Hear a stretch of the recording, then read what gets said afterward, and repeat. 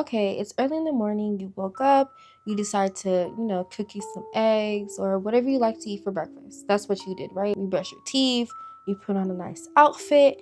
It's sunny, it's nice outside, so you want to take a little walk. Okay, we're walking. Well, you're walking. Walking, more walking. And when you walk past other people, you're not thinking of anything, you're just walking. Let's say you walk past someone and quietly in their mind, they're thinking if they should eat you or not. This is a story about Marc Sappington, aka the Kansas City vampire. Hey guys, welcome back to my channel. It's Jessie May. Today I'm back with another true crime video. If you're into true crime and makeup, don't forget to like, comment, and subscribe. My makeup's already done, but typically I would do my makeup and talk about the crime. No more talking, let's get into the video. So Marc didn't just wake up one day and was like, I'm gonna start eating people. He slowly spiraled, okay? He started hanging out with the wrong crowd, y'all. He started to get in drugs. He started hanging around that corner. And one main thing he does was smoking. And I guess over there they called it danks. Now listen, this is where I was like, I've never heard of that. Like, girl, I'm a suburban girl. I don't know nothing about that. Apparently danks are like weed or like cigarettes that is dipped in embalming. So embalming,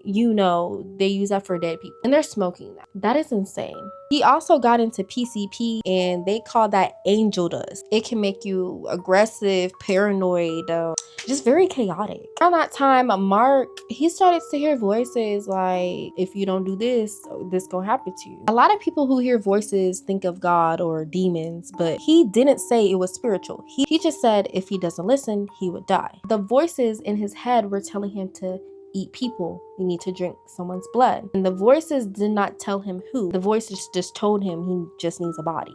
So what did Marc decide to do? He decides to get up and start walking around the street. Just walking around the neighborhood looking for his next victim. And he was looking at random people like, what about her? It took him 3 weeks to find someone, and that someone was his own friend. April 7th, 2001, Marc comes home and he sees his friend Terry Green just sitting outside, right? Now, Terry trusted Marc. They were cool. And Marc says to Terry, hey, come down to my basement. I just want to show you something. And, they're friends. So Terry was like, okay, what is it? So boom, they got downstairs. Marc attacked Terry with a knife. It was not quick. It was violent, messy, and disgusting. And blood was everywhere.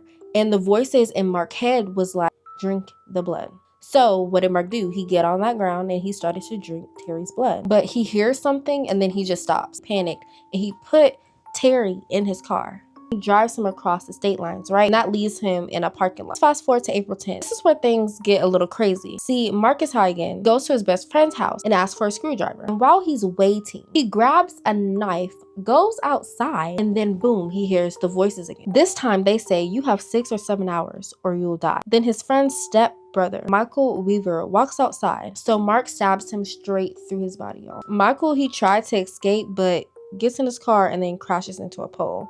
And he passes away. Marc tries to again drink his blood, but neighbors hear a crash and they call the police.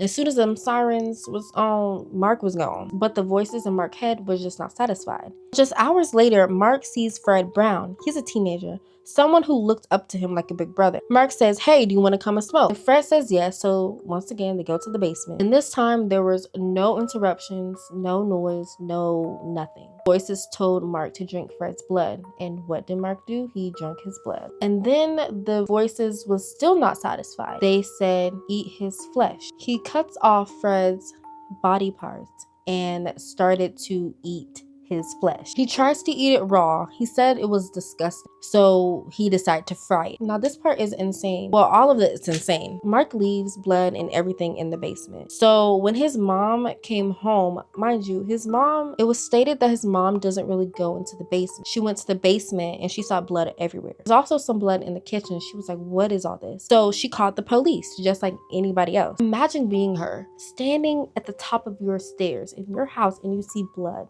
not knowing where it came from. Same night, Marc's team run into Anita Washington. He knocks on her window with a gun in his hand, y'all. And he gets in the car and says, drive. The whole time he's repeating, I'm a dead man, I'm a dead man. At this point, he makes her switch seats and she runs. She runs to the house, calls the police. This is where everything starts to close in on him. Marc was arrested April 12th, and in those hours, he didn't say anything. And then vampirism and cannibalism. And just like that, Marc, he started to confess. I mean, he was talking about every single detail. And the scariest part, there was really no motive. Just did it because of the voices. Now, this is where things get complicated. So Mark, he had schizophrenia. And with schizophrenia, you know that causes hallucinations. So Mark, he was hallucinating things. And then he was also under the influence of PCP and smoking danks. That made his hallucinations more extreme. So the defense said that he wasn't in control. Prosecutors were saying that it was a drug. And for 3 years, the trial did not stop. In July 2004, the jury listened to all his confessions. And after hours of talking about his case, he was charged with 3 counts of first-degree murder,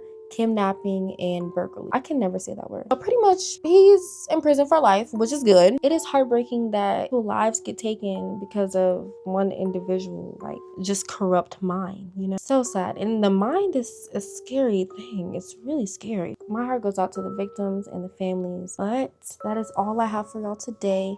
Don't forget to like, comment, and subscribe. And yeah, I'll see you next time.